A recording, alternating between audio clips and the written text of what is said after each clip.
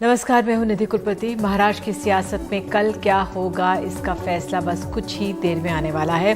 इससे पहले आज कई घंटे तक सुप्रीम कोर्ट में इस मुद्दे पर दिग्गज वकीलों के बीच बहस चली। सुप्रीम कोर्ट के कई फैसलों का हवाला देते हुए उद्धव ठाकरे के वकील अभिषेक मनु सिंघवी ने राज्यपाल भगत सिंह कोश्यारी के गुरुवार को फ्लोर टेस्ट के आदेश को गलत साबित करने की कोशिश की।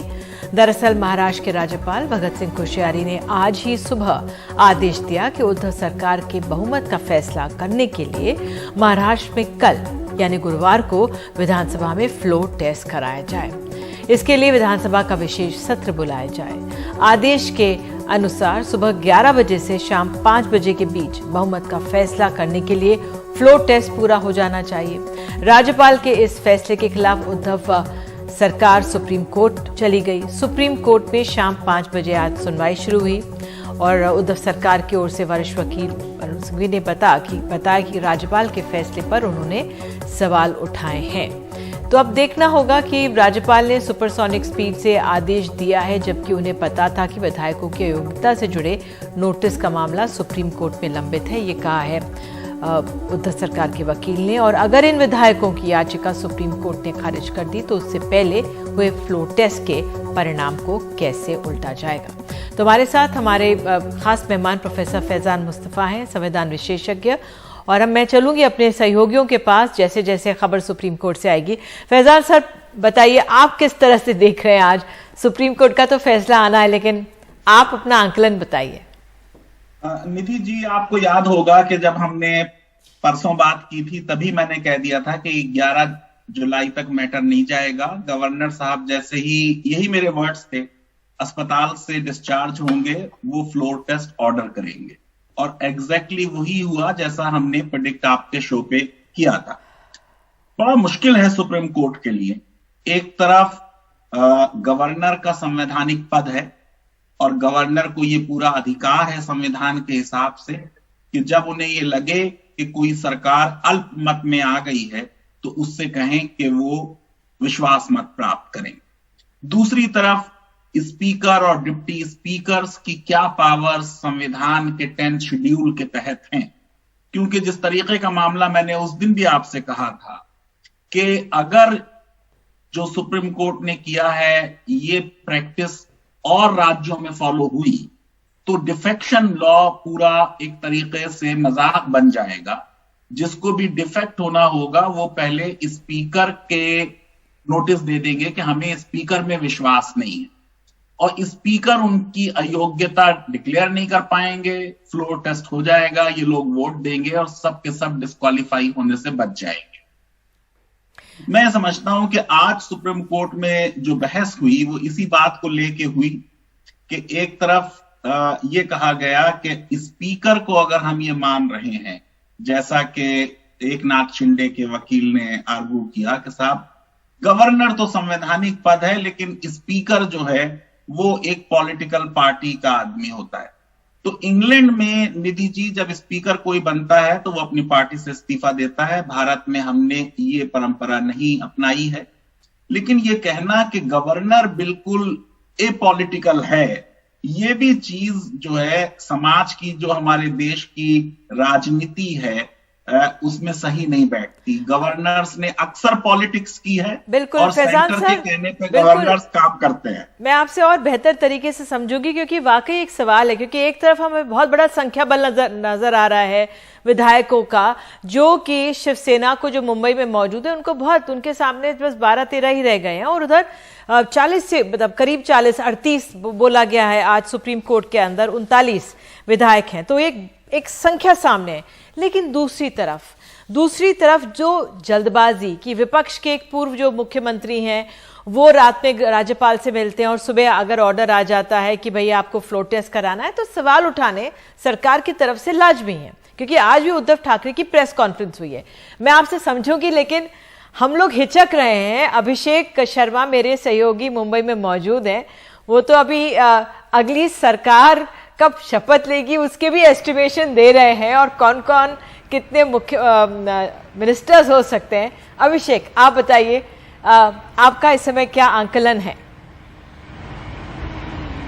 देखिए, सुप्रीम कोर्ट में जो होना था उसको लेकर बहुत विश्वस्त थे जो लोग गए थे कि डिप्टी स्पीकर का जो फैसला है, नोटिस है, उसके खिलाफ स्टे मिल जाएगा। किसी भी पार्टी को जो भी सुप्रीम अदालतों में जाते हैं उनको अपने कहने पर भरोसा होता है और होना भी चाहिए, लेकिन ये जो लोग गए थे वो बड़े भरोसे में थे कि उनको ऐसा होगा, और वही भरोसा इस वक्त में भी है कि फ्लोर टेस्ट होगा। आप देखिए, फ्लोर टेस्ट होगा, इसकी तैयारियां इतनी हैं कि कल हमारे यहाँ से कौन से रिपोर्टर जाएंगे, इसके लिए भी विधानसभा से अभी बात शुरू हो चुकी है। विधानसभा से बात तकरीबन खत्म हो चुकी है कि देखिए पिछली बार के जो पास थे वही इस बार रिन्यू होंगे, क्योंकि नए सेशन में नए पास लेने होते हैं रिपोर्टर्स को, और जैसे पार्लियामेंट में लेने होते हैं ठीक ऐसे विधानसभा में भी लेने होते हैं। तो हमारे नए पास की तैयारी हो गई है, पुराने पास को रिन्यूअल किया जाएगा। हम अपनी तरफ से नाम भेज चुके हैं, सिक्योरिटी के जितने भी क्लियरेंस है वो हो चुके हैं, और ये तमाम चीजें यहाँ पे हो रही हैं, और सारी विधानसभा की जो कार्रवाइयां हैं वो होने वाली हैं, ऐसा मान के चल रहे हैं। एक दिन या 2 दिन जो हमें लग रहा है कि जुलाई के पहले हफ्ते में ही के पहले ही पहला हफ्ता खत्म नहीं होगा और उसके पहले महाराष्ट्र को नई सरकार मिल जाएगी, ऐसा लगता है। क्योंकि यहाँ पे जितने भी एस्टिमेट्स हैं, आज उद्धव ठाकरे ने जो बात कही, आप धन्यवाद कब करते हैं, अपना विदाई भाषण देते हैं। देखिए, संभाजी नगर का जो नाम बदलना है, ये एक पॉलिटिकली एक ऐसा विवादास्पद फैसला है जिसको लेने से बच रहे थे उद्धव ठाकरे, क्योंकि उसकी वजह से कांग्रेस और एनसीपी नाराज हो रहे थे। कांग्रेस तो कम से कम नाराज हो रही थी, तो ऐसे फैसले उन्होंने ले लिए। आखिरी फैसले जितने भी हैं वो ले लिए गए हैं जिनसे अपने पार्टनर्स को नुकसान होने या उनकी नाराजगी का कोई जोखिम अब मुख्यमंत्री के लिए कोई मायने नहीं रखता है। वो तमाम फैसले उन्होंने ले लिए हैं। तो ये तमाम चीजें आज विदाई भाषण में हैं। जयंत पाटिल ने जिस तरीके से कहा है कि मुख्यमंत्री बेहद दुखी हैं और उन्होंने सभी का धन्यवाद दिया है, अब आप इसको विदाई भाषण नहीं मानेंगे तो क्या मानेंगे? रियलिटी में तो ये विदाई भाषण ही है। वो दरअसल विदाई भाषण तो 2 दिन पहले दे देना चाहते थे, जिनकी हमारे पास खबरें भी थी कि वो सचिवों को कह रहे थे कि bye bye, goodbye, thank you so much, और ये तमाम चीजें वो कह नहीं पाए क्योंकि उनको शरद पवार कह रहे थे कि राजनीति जो फ्लोर की राजनीति है, जिसका अनुभव उद्धव ठाकरे का बेहद कम है, उसमें आखिर तक लड़ना चाहिए। और ये बात सही भी है, विपक्ष जैसे विपक्ष का अधिकार है लड़ना, वैसे जो सत्ता पक्ष है उसका भी अधिकार है आखिर तक लड़ना। उसको सब लोग अपने अपने नंबर साबित करें। लेकिन इस लड़ाई में उद्धव ठाकरे इस्तीफा देना चाहते हैं, इसमें कोई शक नहीं है। वो ये कह रहे हैं कि कोर्ट सदन के अंदर जाकर यह साबित करना कि मेरे तमाम लोग मुझे छोड़कर चले गए हैं, इससे बेहतर यह है कि मैं उसके पहले अपनी उतनी साख बचा लूं कि मैं ये कहूं कि अब मेरे लोगों के जाने से मैं बेहद दुखी हूं और मैं इसको इस आहत होकर मैं ये इस्तीफा दे रहा हूं। ये उनके लिए ज्यादा मुफीद होता है। ये बात वो एनसीपी से भी कहलवा रहे हैं। लगातार ये तमाम चीजें सेट की जा रही हैं, नैरेटिव सेट करने की कोशिश की जा रही है। वो अपने आप को एक बेचारा भी बता रहे हैं कि किस तरीके से वो बेचारे हैं। लेकिन आज की जो टोन थी, देखिए अभी तक की जो कैबिनेट थी उनमें से बहुत सारी कैबिनेट, तकरीबन ज्यादातर कैबिनेट कोरोना के टाइम से ही भी उद्धव ठाकरे वीडियो कॉन्फ्रेंसिंग के जरिए कर रहे थे। आज उनको ऐसा लगा कि उन्हें जाना चाहिए। उनकी तस्वीरें सीएमओ की तरफ से जारी की गई, जिसमें उन्होंने सभी जो महाराष्ट्र के महापुरुष हैं उनको नमन किया और उनकी फोटो रिलीज की गई। उन्होंने आभार व्यक्त किया है, सभी लोगों का धन्यवाद दिया है। ये तमाम चीजें इस बात के लिए इशारा कर रही हैं कि अब इस्तीफा एक औपचारिकता होगी। और अगर उनको अदालत ये कहती है कि कल ही फ्लोर टेस्ट है, तो मुझे लगता है अगर मेरा आकलन सही है और शिवसेना के जो अंदर के मेरे सूत्र हैं और जो विपक्ष के सूत्र हैं वो ये मान कर चल रहे हैं कि इस्तीफा उसके पहले ही दे दिया जाएगा। तो सदन में जाकर क्या बोलना चाहेंगे उद्धव ठाकरे? शाम को जब आज दिन में खबर आई थी कि 5 बजे कैबिनेट की बैठक है, तो आप लोगों की तरफ से उसमें था कि महत्वपूर्ण है। हालांकि फैसले ले लिए गए, उस्मानाबाद और औरंगाबाद का नाम बदल दिया गया, लेकिन इस्तीफे को लेकर भी मन में सवाल उठा था क्या इसमें वो अपना इस्तीफा दे देंगे, क्योंकि उधर गुवाहाटी से खबरें आ रही थी कि जो विधायक हैं वहां से निकल रहे हैं, अब वो मुंबई आ रहे हैं, गोवा जा रहे हैं। ये इस बात में स्पष्टीकरण नहीं हुआ था। तो मुझे बताया जा रहा है कि ब्रेकिंग न्यूज आ गई है। सुप्रीम कोर्ट ने राज्यपाल का फैसला सही ठहराया है। ये अपने आप में समय की अहम खबर, बहुत बड़ी खबर। महाराष्ट्र में फ्लोर टेस्ट होगा। सुप्रीम कोर्ट ने कहा है कि राज्यपाल का फैसला सही है और राज्यपाल ने कल के लिए सुप्रीम को कहा है कि फ्लोर टेस्ट होना है। तो अब ये फ्लोर टेस्ट के आदेश पर आप देख सकते हैं सुप्रीम कोर्ट ने कहा है कि उनका फैसला सही। और अभिषेक भी यही कह रहे थे कि जो पूरी तैयारी एक तरह से यही है कि कल फ्लोर टेस्ट हो सकता है, विधानसभा का सत्र बुलाया जाएगा। तो इस समय की बड़ी खबर महाराष्ट्र के लिए कि फ्लोर टेस्ट पर रोक लगाने से इनकार कर दिया है। तो कल 11 बजे फ्लोर टेस्ट होगा महाराष्ट्र में। और बहुत अहम खबर है, सीधे हम चल सकते हैं अपने सहयोगी रवीश रंजन के पास, अगर वो हमारे साथ मौजूद है। रवीश, तो इस समय की आज की सबसे बड़ी खबर आ गई है, महाराष्ट्र से जुड़ी सबसे बड़ी खबर आ गई कि सुप्रीम कोर्ट ने कहा है कि राज्यपाल का फैसला सही है और फ्लोर टेस्ट पर रोक लगाने से उन्होंने इनकार कर दिया। और क्या क्या डिटेल्स आ रही हैं बाहर? आज देखिए, बिल्कुल निधि, 3.25 घंटे की सुनवाई के बाद में अब सुप्रीम कोर्ट ने यह फैसला सुना दिया है कि कल जो फ्लोर टेस्ट है, जिस पर आज दिन भर असमंजस की स्थिति रही है, सुप्रीम कोर्ट ने साफ कर दिया है कि कल फ्लोर टेस्ट होगा। जो अभिषेक मनु सिंघवी लगातार ये कह रहे थे कि जो 16 विधायकों के अयोग्यता का जो मामला है वो अभी सुप्रीम कोर्ट में पेंडिंग है, उस पर सुप्रीम कोर्ट ने ये कहा है कि अयोग्यता के मामले की अर्जी पर भी सुनवाई करेंगे और इस फ्लोर टेस्ट को रोकने की अर्जी पर जो नोटिस जारी किया है उस पर भी सुनवाई होती रहेगी, लेकिन जो फ्लोर टेस्ट है उसको सुप्रीम कोर्ट नहीं रोकेगा। तो ये एक बड़ी खबर है और तमाम सारी जो दलीलें थी अभिषेक मनु सिंघवी की, उनको लग रहा है उनसे बहुत ज्यादा जो है वो सुप्रीम कोर्ट सहमत नहीं हुआ। यही वजह रहा कि अब ये सुप्रीम कोर्ट की तरफ से कहा गया है कि फ्लोर टेस्ट का नतीजा जो है वो 11 जुलाई की जो सुनवाई होगी उसके अधीन होगा। यानी 11 जुलाई को जो सुनवाई होगी उसमें जो ये फ्लोर टेस्ट का नतीजा रहेगा उसकी भी जो है चर्चा ये होगी। तो निश्चित तौर पर एक बहुत बड़ा झटका है उद्धव ठाकरे के लिए।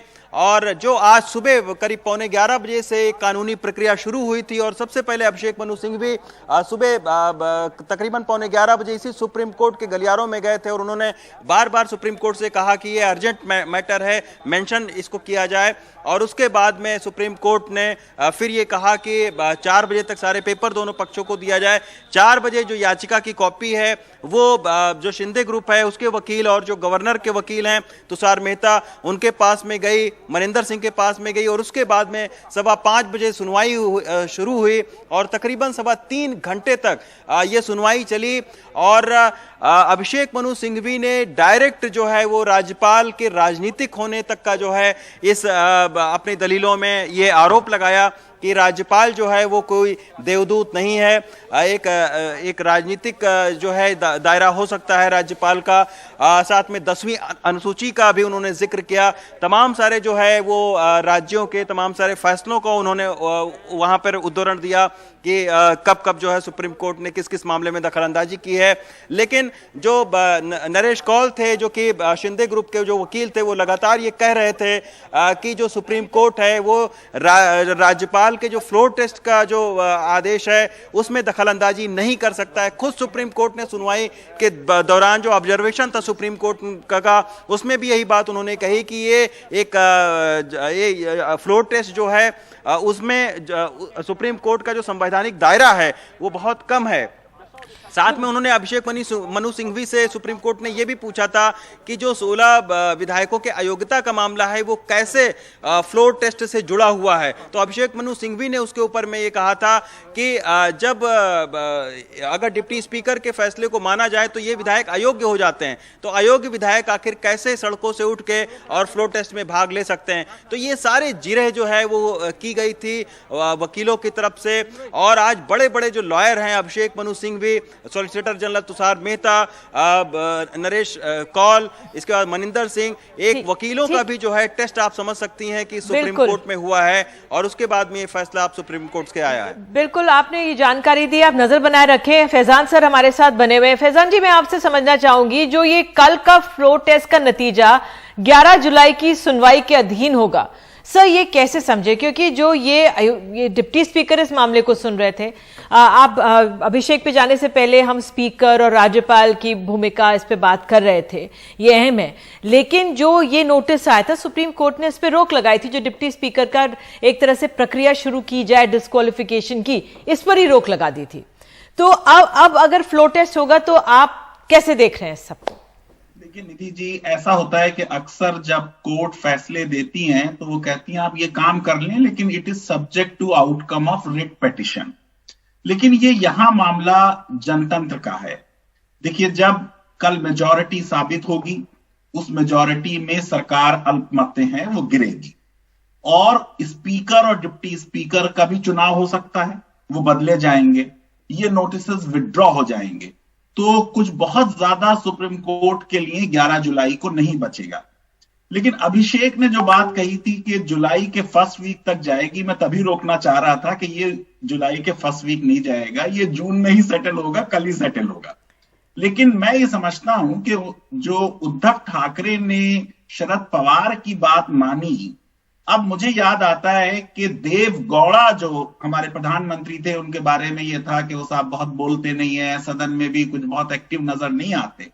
लेकिन जब उनके विरुद्ध अविश्वास प्रस्ताव लाया गया, तो अविश्वास प्रस्ताव का जवाब जो देव गौड़ा ने दिया 1.5 घंटे की स्पीच में, अपने पॉलिटिकल कैरियर के बारे में, सरकार की उपलब्धियों के बारे में बताया, तो उद्धव ठाकरे को अब आज रात में त्यागपत्र देने के बजाय उनको इस बहस को कल शाम तक चलाना चाहिए और एक इलेक्शन स्पीच की तरह उन्हें स्पीच देनी चाहिए कि यहां जो लोग चुन के आए थे उन्होंने मेरे साथ धोखा किया है और मैं आपके बीच आ रहा हूं। जनता से उन्हें अपील करनी चाहिए। मैं समझता हूं सुप्रीम कोर्ट के पास निधि जी कोई बहुत ऑप्शंस नहीं थे, इसलिए क्योंकि गवर्नर के डिसीजन पे कि वो कॉन्फिडेंस के लिए कह रहे हैं चीफ मिनिस्टर से कि अविश्वास मत लो, कोई कोर्ट आमतौर से रोक नहीं लगाती है। दूसरी चीज ये कि ये कहना कि गवर्नर का ये डिसीजन मेलाफाइडी है, आपको मालूम है कि जहां विशेषाधिकार का मामला होता है राष्ट्रपति या गवर्नर का, अगर उसमें कोई उनका इविल इंटेंट होता है, मेलाफाइडी इंटेंशन होता है, तो कोर्ट कभी कभी इंटरफेयर करती है। यहां बिल्कुल साफ नजर आ रहा है कि सरकार अल्पमत में है और एक अल्पमत की सरकार को अगर गवर्नर ने विश्वास मत लेने के लिए कहा, हो सकता है उन्होंने टाइम कम दिया हो, वो बात हो सकती है। लेकिन फिर भी मैं ये समझता हूं कि सुप्रीम कोर्ट इस मामले में ये उम्मीद करना कि कोर्ट कहती कि 11 तारीख तक आप विश्वास मत को भी पोस्टपोन कर दें, वो एक मुश्किल काम था, क्योंकि जनतंत्र में सरकार को 1 मिनट भी नहीं रहना चाहिए अगर उनके पास सदन का विश्वास नहीं है। इसमें सर एक दो जानना चाहूंगी चीजें। इसमें यह था कि जो उद्धव ठाकरे के गुट की तरफ से कहा गया कि 2 विधायक हमारे कोरोना संक्रमित हैं, 2 विधायक देश से बाहर हैं, तो ऐसे में जब अगर आज सुबह कहते हैं कि आप कल फ्लो टेस्ट करा दीजिए, तो क्या ये और ये कहा भी गया ये उद्धव ठाकरे के पक्ष के वकील की तरफ से कि इतनी जल्दबाजी क्यों, तो क्या ये समय की मांग थोड़ा सा और करना क्या अंतर ला सकता था? नहीं, अंतर ये लाता अगर कुछ इस बात की उम्मीद होती कि सरकार शायद विश्वास मत प्राप्त कर ले। यहां बहुत डिफरेंस है, बहुत आपकी पूरी पार्टी उधर जा चुकी है। और देखिए ये शिवराज सिंह चौहान के केस में हो चुका है, ये मामला कोविड का मामला था, आज उतना कोविड का मामला नहीं है। क्यों इनके एमएलए बाहर चले गए? क्योंकि ये क्राइसिस तो आपको कई दिन से मालूम है चल रही है और किसी भी समय विश्वास मत के लिए कहा जा सकता है। तो मुझे लगता है कि सुप्रीम कोर्ट का जजमेंट उन लाइंस पे है जैसा मैंने आपको प्रेडिक्ट किया था 2 दिन पहले जी। और अब उद्धव ठाकरे को मैं यही समझता हूं, जैसा अभिषेक कह रहे हैं, शायद वो त्यागपत्र दें, जिसकी ज्यादा उम्मीद नजर आ रही है। अगर वो त्यागपत्र दे देंगे तो फ्लोर टेस्ट ही नहीं होगा, इस ऑर्डर की कोई मीनिंग नहीं रहेगा और दूसरी सरकार बनेगी। लेकिन अगर वो देवगौड़ा की एग्जाम्पल को फॉलो करें तो इस अपॉर्चुनिटी को यूज करें और सदन में लाइव टेलीकास्ट होने जा रहा है, एक जवाब दें कि किस तरीके से उनके साथ धोखा हुआ और किस तरीके का उन्होंने कोविड मैनेजमेंट किया, किस तरीके से उन्होंने हिंदुत्व की आइडियोलॉजी पे कंप्रोमाइज नहीं किया, और वो कहें कि आज भी उन्होंने साहब देखिए औरंगाबाद का नाम बदल दिया, तो उन्हें अपने इलेक्टोरेट को, जो उनके वोटर्स हैं शिवसेना के या उनके सिंपैथाइजर हैं, उनको सदन से एड्रेस करना पॉलिटिकली ज्यादा मैच्योर बात होगी। बिल्कुल, और क्योंकि राजनीति है ये, इसमें भावुकता की जगह शायद नहीं होती है। तो आप सही कह रहे हैं कि इस परिस्थितियों का भी इस्तेमाल करना चाहिए राजनीति में। मैं आपसे सर एक और चीज पूछना चाह रही थी, अगर दूसरे पक्ष की, जो जिस तरह से राज्यपाल ने कल रात जो पूर्व मुख्यमंत्री रहे देवेंद्र फडणवीस से मुलाकात की और आज सुबह वो जो उनकी मांगे थी वो फ्लो टेस्ट की मांग की, और ये बिल्कुल ठीक भी है क्योंकि इतना संख्या बल चला गया था और राजनीति है, सबको अपनी सरकार बनाने की कोशिश करनी चाहिए। लेकिन जो वो प्रक्रिया हुई, उसको आप कैसे समझाएंगे? लोकतंत्र में क्या ये राजनीति के पास से चले जाते हैं, इसको समझाएं, या फिर यहां पर जल्दबाजी हुई है या कुछ चीजों की अनदेखी हुई है? नहीं, देखिए, जल्दबाजी इतनी इसलिए नजर नहीं आ रही, जैसे मैंने आपसे कहा कि जैसे ही किसी सरकार का बहुमत गिर जाए, उस सरकार को लोकतंत्र में रहने का अधिकार नहीं है। तो ये जो इतना लंबा मामला चला, उसमें गवर्नर बीमार थे, शायद उस वजह से चला, या जैसा उज्जवल जी ने उस दिन कहा कि बीजेपी और शिवसेना के जो डिसिडेंट्स हैं, एकनाथ शिंदे, उनमें कोई कॉमन मिनिमम प्रोग्राम या मिनिस्ट्रीज के बंटवारे पे कंसेंसस नहीं बन पाई। लेकिन एक बात हमें यह हमेशा माननी चाहिए कि जो विपक्ष है वो तो इस तलाश में हमेशा रहता है कि जैसे ही आपका बहुमत गिरेगा तो उनको अधिकार है कि वो गवर्नर से मिलें और कहें कि फ्लोर टेस्ट कीजिए। यहां ये देखिए कि जो देवेंद्र फडणवीस हैं, उन्होंने क्लेम नहीं किया कि मेरे पास है बहुमत। उन्होंने कहा कि जो हमें सोर्सेज से इंफॉर्मेशन मिल रही है, उनकी पार्टी टूट गई है और उनकी पार्टी अल्पमत में आ गई है, लेकिन उन्होंने अपना क्लेम नहीं किया। मुझे लगता है कि अगर ये आज इस्तीफा देंगे तो फिर देवेंद्र फडणवीस क्लेम करेंगे, और जाहिर है कि उनके पास संख्या बल है, उनको गवर्नर इनवाइट करेंगे। लेकिन अगर ये अविश्वास प्रस्ताव कल पास होता है और स्पीच जैसे मैं कह रहा हूं देते हैं उद्धव ठाकरे, तो उस केस में उसके बाद, अविश्वास प्रस्ताव के बाद, आपको याद होगा कि वाजपेयी जी ने कहा था मैं जा रहा हूं राष्ट्रपति जी को अपना त्याग पत्र देने, जब उनकी 13 दिन वाली सरकार गिर गई थी। तो हो सकता है उद्धव ठाकरे भी ये कहें कि मैं अब अविश्वास प्रस्ताव हार गया हूं और अब मैं इस्तीफा देने जा रहा हूं। दोनों सिचुएशन में मैं ये समझता हूं कि गवर्नर को बहुत ज्यादा इस मामले में फॉल्ट करना सही नहीं होगा। हमें मान के चलना चाहिए कि गवर्नर्स जो हैं वो पॉलिटिकल पार्टीज में रहे होते हैं, वो बीजेपी के सदस्य रहे हैं, मुख्यमंत्री रहे हैं उत्तराखंड के, उनकी उद्धव ठाकरे से कोई बहुत अच्छी रिलेशनशिप नहीं रही है। उन्होंने जो नॉमिनेशन करना था एमएलसी का, उसमें भी बहुत डिले किया। तो ये एक फैक्ट ऑफ लाइफ बन गया, क्योंकि हम गवर्नर्स को अपॉइंट कर रहे हैं, वो पॉलिटिकल अपॉइंटीज हैं सेंटर के, और गवर्नर्स को, निधि जी, कोई सिक्योरिटी ऑफ टेन्योर नहीं है। वो तभी तक गवर्नर रह सकते हैं जब तक प्लेजर ऑफ द प्रेसिडेंट उनके साथ है। इसलिए गवर्नर जो है वो बेचारे सेंटर से जो आदेश मिलेगा उसको मानने के लिए बाध्य है। बिल्कुल, ये समय ही आ गया। आप हमारे साथ बने रहें सर। मैं अपने सहयोगी सुनील सिंह के पास जाना चाहूंगी, क्योंकि अब जो एक तो कानूनी कदम था वो सामने आ गया है कि अब कल फ्लोर टेस्ट होगा, सुबह 11 बजे फ्लोर टेस्ट होगा, और इसकी तैयारियां पहले से ही थी जो हमें अभिषेक ने बता दी थी। लेकिन अभी भी नवाब मलिक और देशमुख को हम देख सकते हैं, अनिल देशमुख, इनको वोट करने की इजाजत मिल गई है। लेकिन सुनील, मेरे जहन में एक सवाल अब ये आ रहा है कि अब आगे की जो सरकार बनेगी, हम मान लें कि अब नई सरकार बनेगी अगर, तो ऐसे में जो शिंदे जी का गुट है वो अब गोवा जा रहा है, वो सीधे अब मुंबई क्यों नहीं आए? क्या कुछ डील जो कहा जाता है समझौता नहीं हो पाया, उस लिहाज से क्या सुबुगाहट, क्या चर्चाएं, बताइए। देखिए निधि, डील की बात तो अंदर खाने की है, तो वो तो सिर्फ एक कयास और बहुत ही लीक हुई जो खबरें उस पर हम बता सकते हैं। लेकिन गोवा जाने का जो मकसद है वो ये है, जो मेरी जानकारी में है, कि गुवाहाटी का जो मौसम है वो ख़राब हो रहा था और उतनी दूर से कल के कल आ पाना थोड़ा उनके लिए मुश्किल होता, तो गोवा लाया गया है। सीधे मुंबई अभी नहीं लाना चाहते हैं, क्योंकि एक आशंका जो है कि ज़्यादा फ्लोर टेस्ट के ज़्यादा पहले अगर आ सकते हैं तो कुछ हिंसा की आशंका जो थी, जिसको कि व्यक्त किया गया था, और इसीलिए सुरक्षा भी व्यवस्था आज काफ़ी बढ़ाई गई है। तो गोवा एक पास में है और जब भी ज़रूरत होगा तब लेकर आ जाएंगे और लेकर यहाँ पर फ्लोर टेस्ट के लिए आ सकते हैं। लेकिन इस बीच एक बड़ी खबर ये आ रही है कि मुख्यमंत्री उद्धव ठाकरे 9:30 बजे फेसबुक पर लाइव करने वाले हैं, जनता से संवाद करने वाले हैं। अब देखिए, पिछली बार जब वो फेसबुक पे लाइव करने वाले थे, जनता से संवाद करने वाले थे, तब उन्होंने इस्तीफे का मन बना लिया था। हालांकि तब शरद पवार ने उन्हें समझाया कि इतनी आसानी से समर्पण नहीं करना है, वो बात में मान गए। दूसरे दिन फिर उन्होंने मन बनाया था। तो अब जब फेसबुक की लाइव करने जा रहे हैं, जबकि कल का अवसर है उनके पास, कल अगर फ्लोर टेस्ट, अब तो सुप्रीम कोर्ट ने भी कह दिया तो कल फ्लोर टेस्ट होना निश्चित है, सारी तैयारियां भी हो गई है, तो कल का अवसर है उनके पास काफ़ी कुछ कहने के लिए, जैसे कहने के लिए और बताने के लिए, अपने विचारों को रखने के लिए, जिसका भावनाओं को व्यक्त करने के लिए। लेकिन वो आज अभी करने जा रहे हैं, तो आखिर अब क्या बोलने जा रहे हैं, ये एक नया सवाल पैदा हो गया है। तो क्या ऐसा तो नहीं है कि कल का फ्लोर टेस्ट की नौबत ही नहीं आए? बहुत कुछ है। अभी देखिए 9:30 बजे तक हमें इंतजार करना पड़ेगा कि आखिर मुख्यमंत्री उद्धव ठाकरे 9:30 बजे जनता से संवाद करने वाले तो क्या बोलने वाले हैं और उसके पीछे क्या इरादा है। 4 मिनट ही रह गए हैं कि मुख्यमंत्री उद्धव ठाकरे फेसबुक लाइव के जरिए संबोधन करने वाले हैं।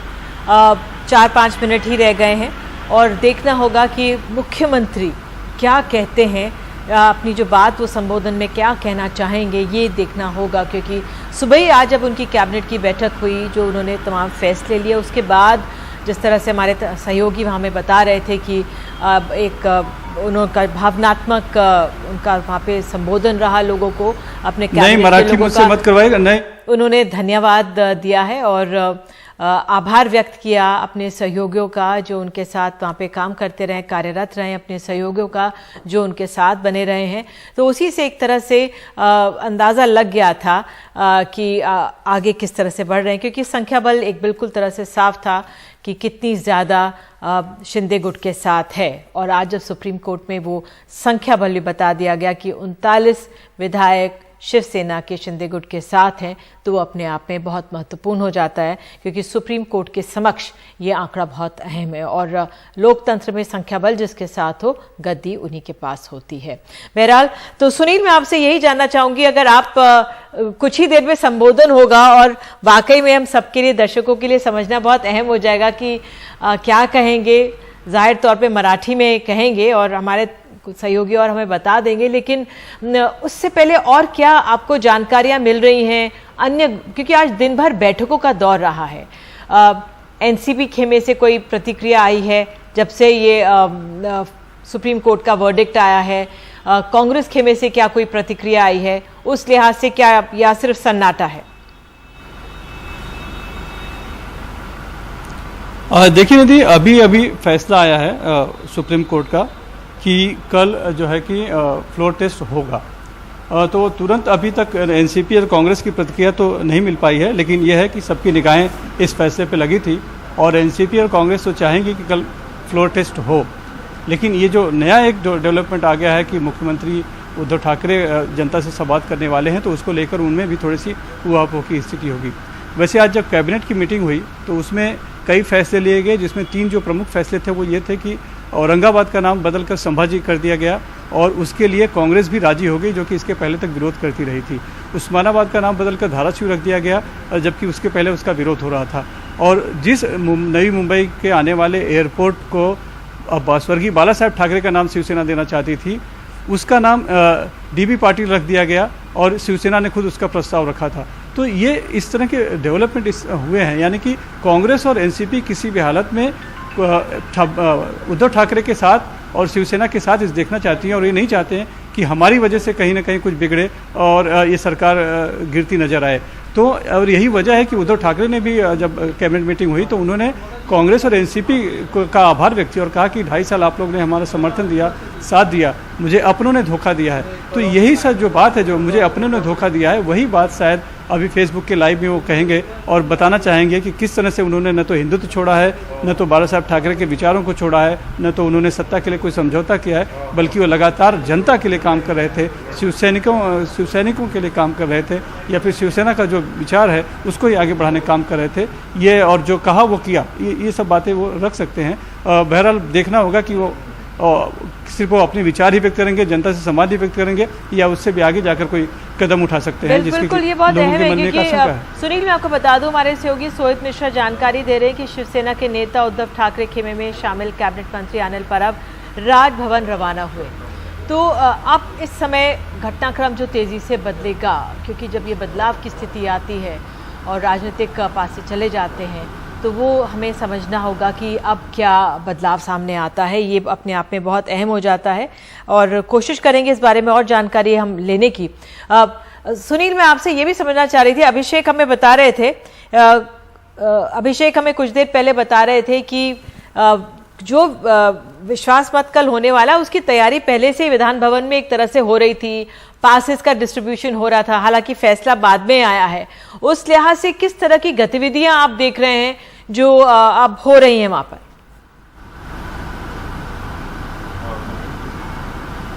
देखिए, यहाँ तो प्रशासन जो है पूरी तरह से तैयार है और तैयारी में जुटा हुआ है।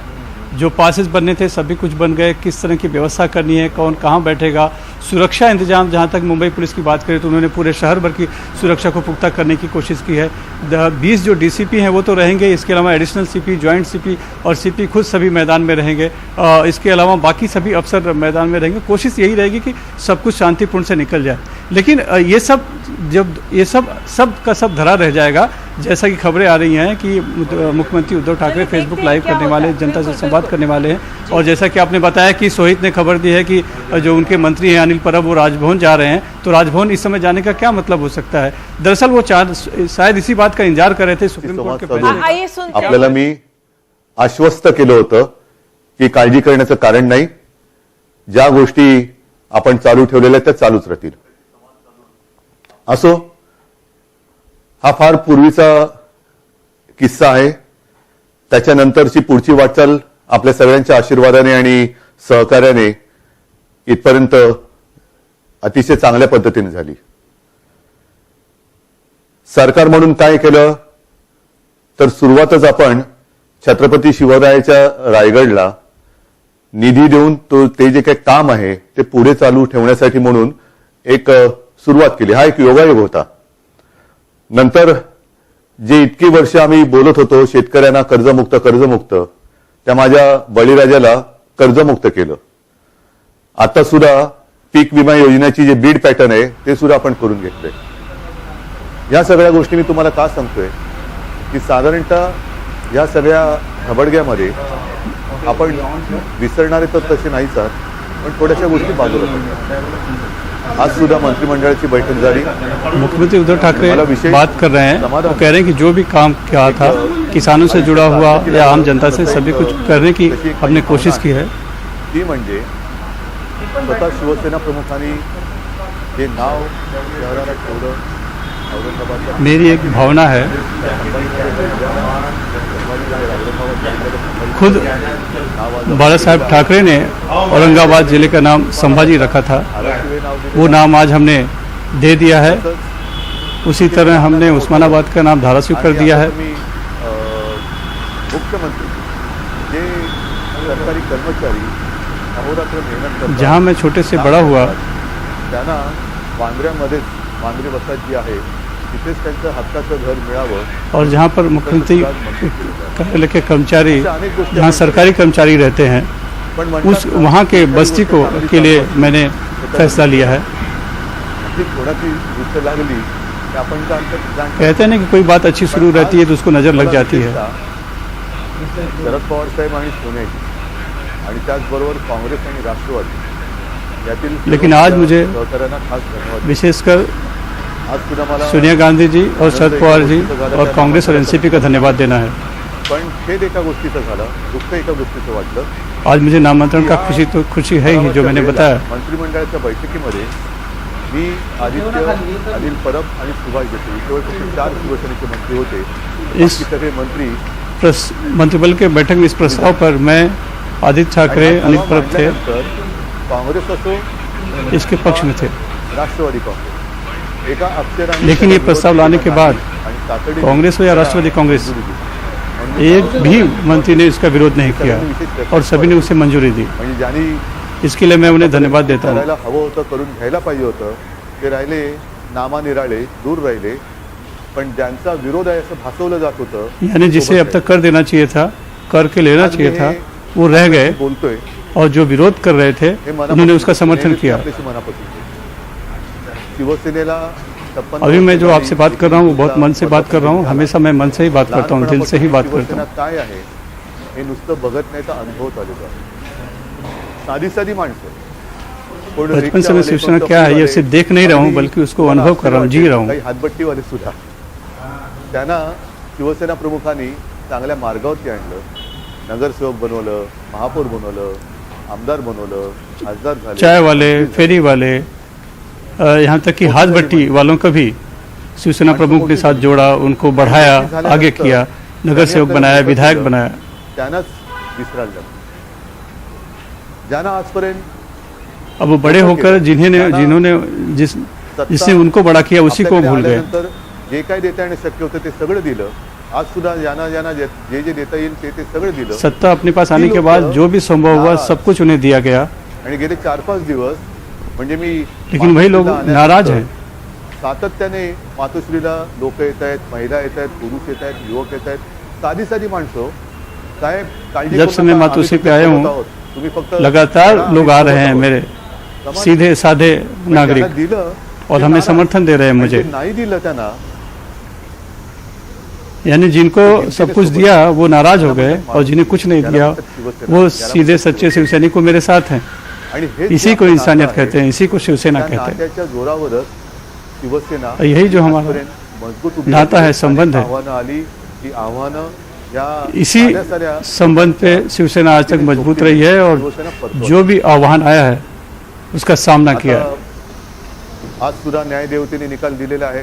न्यायदेवता म्हटल्यानंतर न्यायदेवतेचा निकाल हा मान्य असायलाच पाहिजे. आज अभी आपण आपली बाजू मांडलेली आहे. सर्वोच्च न्यायालय का फैसला आया है, तातडीने फ्लोर टेस्ट, उसमें हमने अपनी पक्ष रखा है. भाग तसं उद्या फ्लोर टेस्ट हा दुसरा भाग. तर फ्लोर टेस्ट करण्याचा गव्हर्नर फिर भी कल महोदयांनी आपल्याला जो फ्लोर आदेश टेस्ट दिलेला होना आहे, है. तो आदेश, गवर्नर ने जो आदेश दिया है फ्लोर टेस्ट करने के लिए, निर्णय हा आता सर्वोच्च न्यायालय.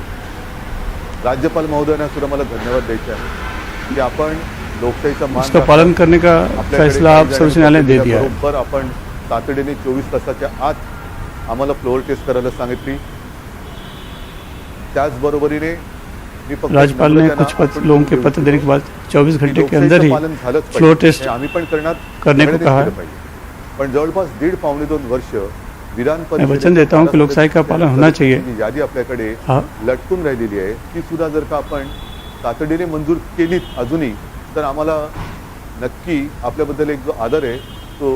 लेकिन 12 विधान परिषद सदस्यों की जो सूची महत्वाचा आपके पास लंबित पड़ी है, अगर वो भी आपने कर दिया होता. देणार असे सांगत होते ते सोबत राहिले. आज सुद्धा मंत्रिमंडळाची बैठक झाल्यानंतर मला म्हणाले की मुख्यमंत्री महोदय, आपल्या लोकांचा जर महाविकास आघाडीवरती काँग्रेस राष्ट्रवादीवरती राग असेल तर आम्ही बाहेर पडतो, बाहेरून पाठिंबा देतो, पण त्यांना म्हणे तुम्ही या, असं वेड्यासारखं वागू नका.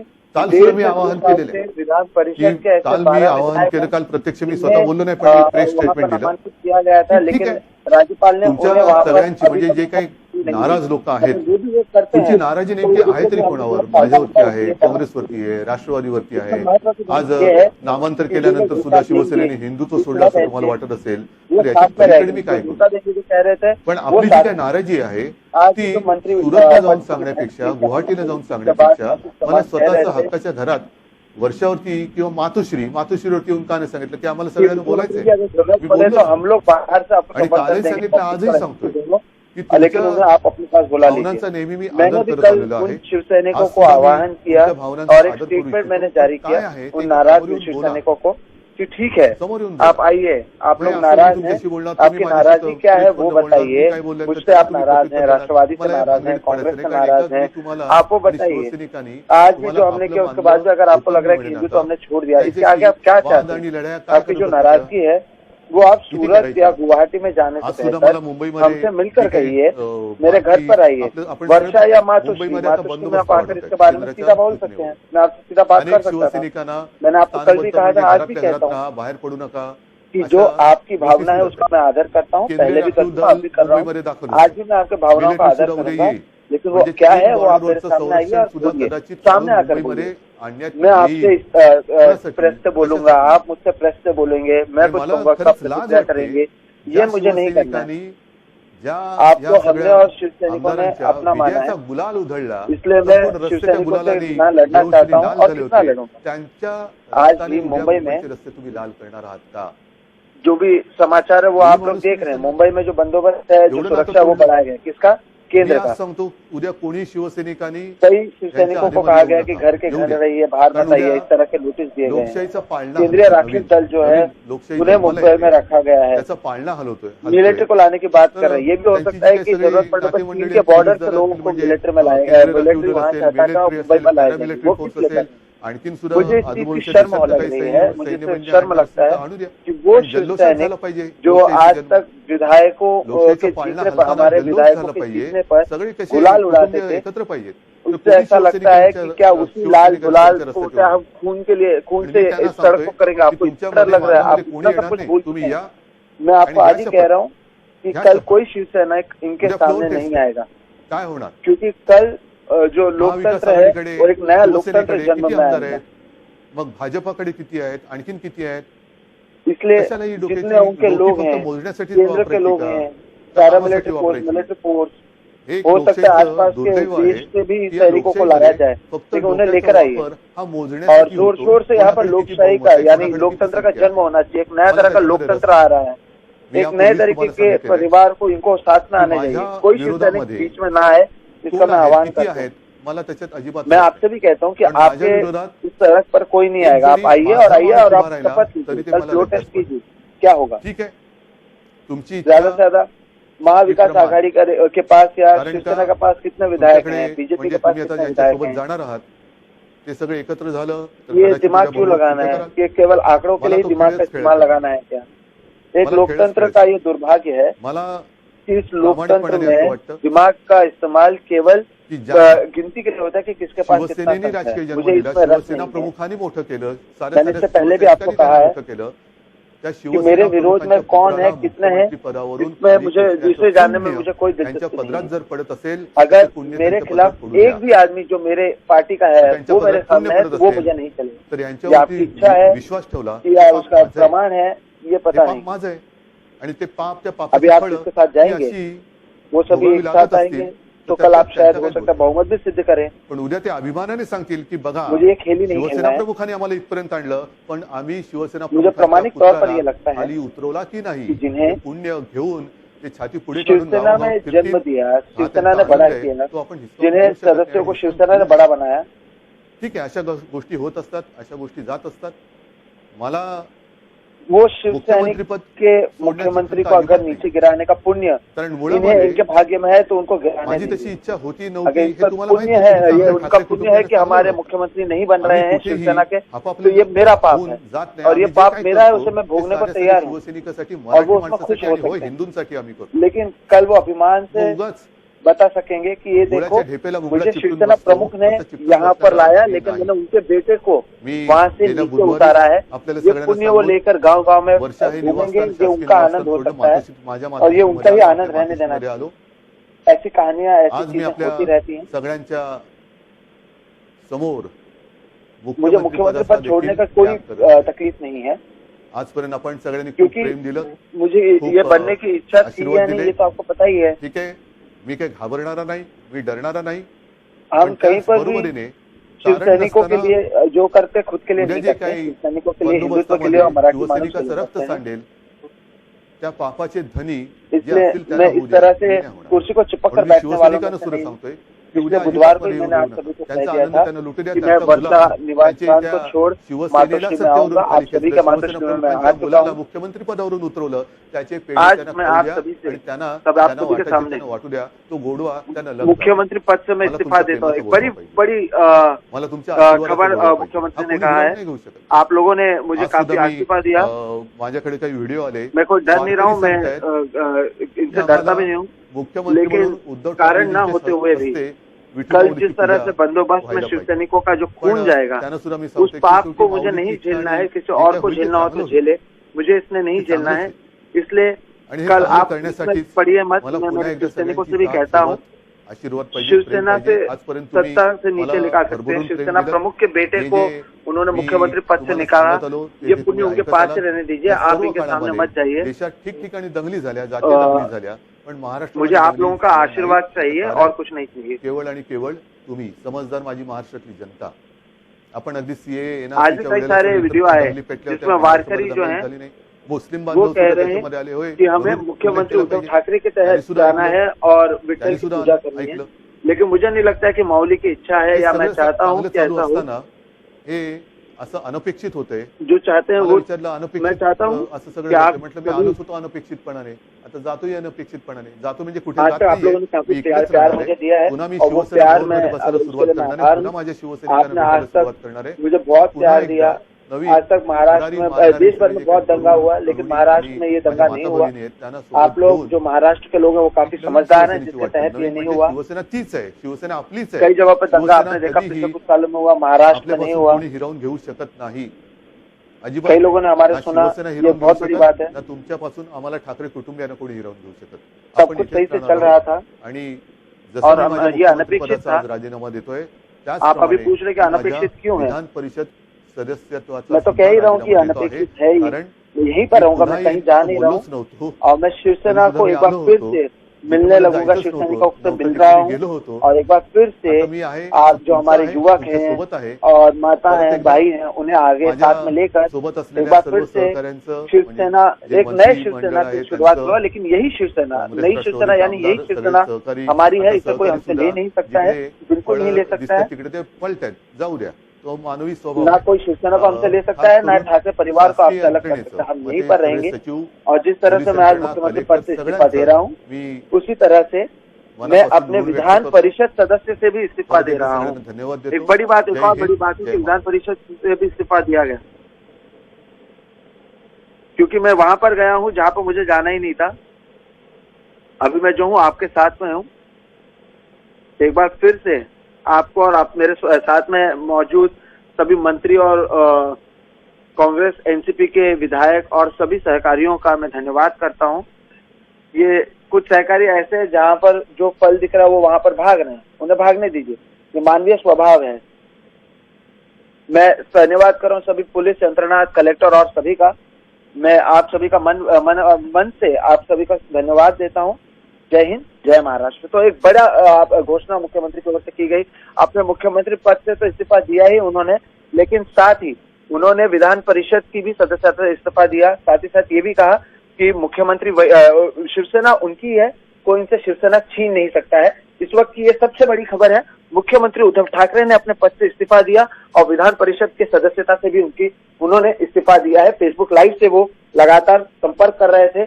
एक बार फिर उन्होंने कहा कि शिवसेना उनकी है और उनकी ही रहेगी. सोहित, ये वाकई में आपने सब ट्रांसलेट करके बताया और बहुत भावुक होकर उद्धव ठाकरे ने बात अपनी संबोधन किया है. उन्होंने कहा है कि जिन लोगों को शिवसेना ने बनाया उन्होंने ही उसे भुला दिया और जिनको कुछ नहीं दिया वो उनके साथ बने रहे. उन्होंने अपने इस्तीफे का भी ऐलान कर दिया है उद्धव ठाकरे ने. साथ ही उन्होंने अपना विधानसभा परिषद के जो पद है उससे भी इस्तीफा दे दिया, उससे भी उसको हटने का ऐलान किया है. सोहित, इसके क्या मायने, क्या वो जाना है? ऐसा लग रहा है कि वो विधानसभा जाना ही नहीं चाहते. जो विश्वास मत जो अगर कल होगा उसको उसका सामना नहीं करना चाहते और अगर वो इस्तीफा दे देते हैं तो क्या उसकी नौबत आएगी? ये अपने आप में काफी अहम हो जाता है इस समय. जी देखिए, मुख्यमंत्री के अगर आप बयान को देखें तो उन्होंने कहा कि कई ऐसे शिवसैनिक हैं जिनसे ये लोग डरे हुए हैं, जिसके वजह से पैरामिलिट्री फोर्स को लाने की तैयारी चल रही है. जरूरत पड़ने पर तो ये लोग दूसरे देश से भी मिलिट्री को ला सकते हैं. मैं नहीं चाहता हूं कि महाराष्ट्र में ऐसा हो, और वो भी ऐसे लोगों के लिए जो हमारे साथ में थे, जिन्हें शिवसेना ने बड़ा किया. उन्होंने कहा कोई रिक्शा वाला था, कोई पान वाला था. एकनाथ शिंदे जिनकी हम बात कर रहे हैं वो ऑटो ड्राइवर थे.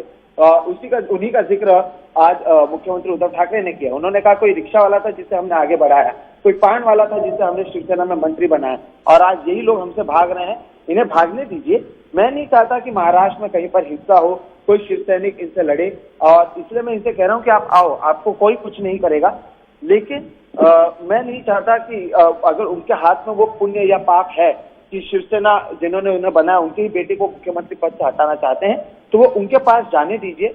और इसलिए मैं अब इस पद से इस्तीफा दे रहा हूं. और साथ ही साथ ये भी मैं देख रहा हूं या विधान परिषद के जो सदस्य मुझे बनाया गया था वो इसलिए बनाया गया था क्योंकि मुझे इस सदन के अंदर आना था। अब मैं उससे भी इस्तीफा देता हूं और मेरी कोशिश अब यही होगी कि एक बार फिर से सभी शिव सैनिकों से मिलूं, नए तरुण लोगों को आगे ले जाऊं। एक बहुत ही भावुक तरीके से मुख्यमंत्री उद्धव ठाकरे बात करते हुए नजर आए हैं और अगर आप देखें तो पिछले कई समय से मुख्यमंत्री उद्धव ठाकरे इसी तरह से जब भी फेसबुक लाइव करते हैं वो अपने साथ ही लोगों को कनेक्ट करने की कोशिश करते हैं। पिछले 2 घंटे से मैं लगातार कई महाविकास आघाड़ी के नेताओं से, जो मेरे सूत्र हैं, जो कैबिनेट में मंत्री हैं, उनसे संपर्क करने की कोशिश कर रहा हूं। लगातार कोशिश करने के बावजूद जब कोई बात नहीं कर रहा था तब ये तय माना जा रहा था कि फ्लो टेस्ट में अगर उनके फेवर में ये नहीं आता है नतीजा तो फिर वो इस्तीफा देंगे। लेकिन अब भी कई सारे सवाल बने हुए हैं कि शिवसेना किसके पास रहेगा। अगर उद्धव ठाकरे इस्तीफा दे भी रहे हैं और कल देवेंद्र फडणवीस मान लीजिए आगे जाकर सरकार बनाते भी हैं तो एकनाथ शिंदे किस पार्टी में रहेंगे? वो शिवसेना अपने आप को कहेंगे या क्या कहेंगे? और क्या ये मामला जो कानून का मामला है शिवसेना को लेकर, अब ये क्या बड़ा हो जाएगा? क्योंकि अब लड़ाई तो सरकार की रही नहीं, सरकार गिर गई है, लेकिन शिवसेना को लेकर लड़ाई तैयार है। साथ ही साथ ये भी देखना होगा क्योंकि जिस तरह से आज उद्धव ठाकरे ने कहा है कि शिवसेना हमारी ही है और हमारी ही रहेगी, शिवसेना को कोई हमसे हटा नहीं सकता है और ठाकरे परिवार को आपसे अलग कर नहीं सकता है, तो ये भी एक महत्वपूर्ण बाइट है जिसके जरिए उन्होंने ये बताने की कोशिश की है कि उन्होंने सरकार से जरूर वो हट चुके हैं लेकिन शिवसेना उनकी ही पास है, ऐसा उनकी कहने का मतलब अभी तो फिलहाल समझा जा रहा है। उन्होंने कहा है कि मैंने बचपन से शिवसेना को जिया है। ये अपने आप में जिस तरह से, क्योंकि उनका जो जुड़ाव है इससे, ये परिवार का जुड़ाव है। पहले राजनीतिक दल नहीं था शिवसेना, फिर राजनीतिक दल बन गया शिवसेना और उसी परिवार की एक तरह से है शिवसेना। तो जो ये टूट हुई है वाकई में बहुत आहत होंगे, ये अपने आप में बिल्कुल समझ में आता है। लेकिन फिर राजनीति में क्या भावुकता की जगह होती है, क्योंकि जो संख्या बल है वो शिंदे गुट के साथ है, तो वो अपने आप में बहुत अहम हो जाता है। मैं यहाँ पे समझना चाहूंगी, एक तो हमने ये सुना अभी उद्धव ठाकरे को जो उनका संबोधन था, उन्होंने इस्तीफा भी दे दिया। जिस तरह से सुप्रीम कोर्ट का फैसला आया उसके तुरंत बाद ये फेसबुक लाइव का उन्होंने फैसला लिया होगा और इसका ऐलान किया। लेकिन दूसरी तरफ मैं आपसे ये भी समझना चाह रही हूं कि शिंदे गुट कहां जा रहा है? क्या वो अब गोवा जा रहे हैं, गोवा पहुंच गए हैं? वहां से क्या जानकारी, कब वो लोग मुंबई आएंगे, उस बारे में कुछ डिटेल्स, क्योंकि ये सब इतना तेजी से हो रहा है और लोग समझना चाहेंगे कि अब हो क्या रहा है महाराष्ट्र में। बिल्कुल जी, देखिए एकनाथ शिंदे के ऊपर अब है कि अभी वो आगे इसे किस तरह से देखते हैं। वो गोवा पहुंचेंगे तो गोवा से क्या वो कल ही मुंबई आते हैं या रणनीति बनाकर आते हैं? कल जब फ्लो टेस्ट नहीं होने वाला है तो कल क्या एकनाथ शिंदे मुंबई आएंगे या फिर वो गोवा में रुक के इंतजार करेंगे कि जब फ्लो टेस्ट हो तब, या जब सरकार बने, जब उसकी स्थापना हो और राज्यपाल उन्हें बुलाए तब वो आए? ऐसे कई सारे सवाल अभी बरकरार हैं। एकनाथ शिंदे से भी मैं लगातार बात करने की कोशिश कर रहा हूँ और हालांकि उनसे बातचीत नहीं हो पा रही है। वो गोवा जरूर गए हैं, फिलहाल तो मुंबई वो आज तो अभी फिलहाल आते हुए नजर नहीं आ रहे हैं। लेकिन अब क्योंकि उद्धव ठाकरे ने इस्तीफा दिया है तब क्या वो आएंगे? क्योंकि जो लोग गए हुए हैं उनके लिए भी इतना आसान नहीं होगा अभी फिलहाल अपने अपने विधानसभा क्षेत्र में जाने का। वो इंतजार करेंगे कि कम से कम सरकार बन जाए और उसके बाद वो जाए। भले उद्धव ठाकरे ने कहा है कि कुछ नहीं किया जाएगा, लेकिन डर हर किसी में है क्योंकि वो लोग खुद उसी शिवसेना से आते हैं।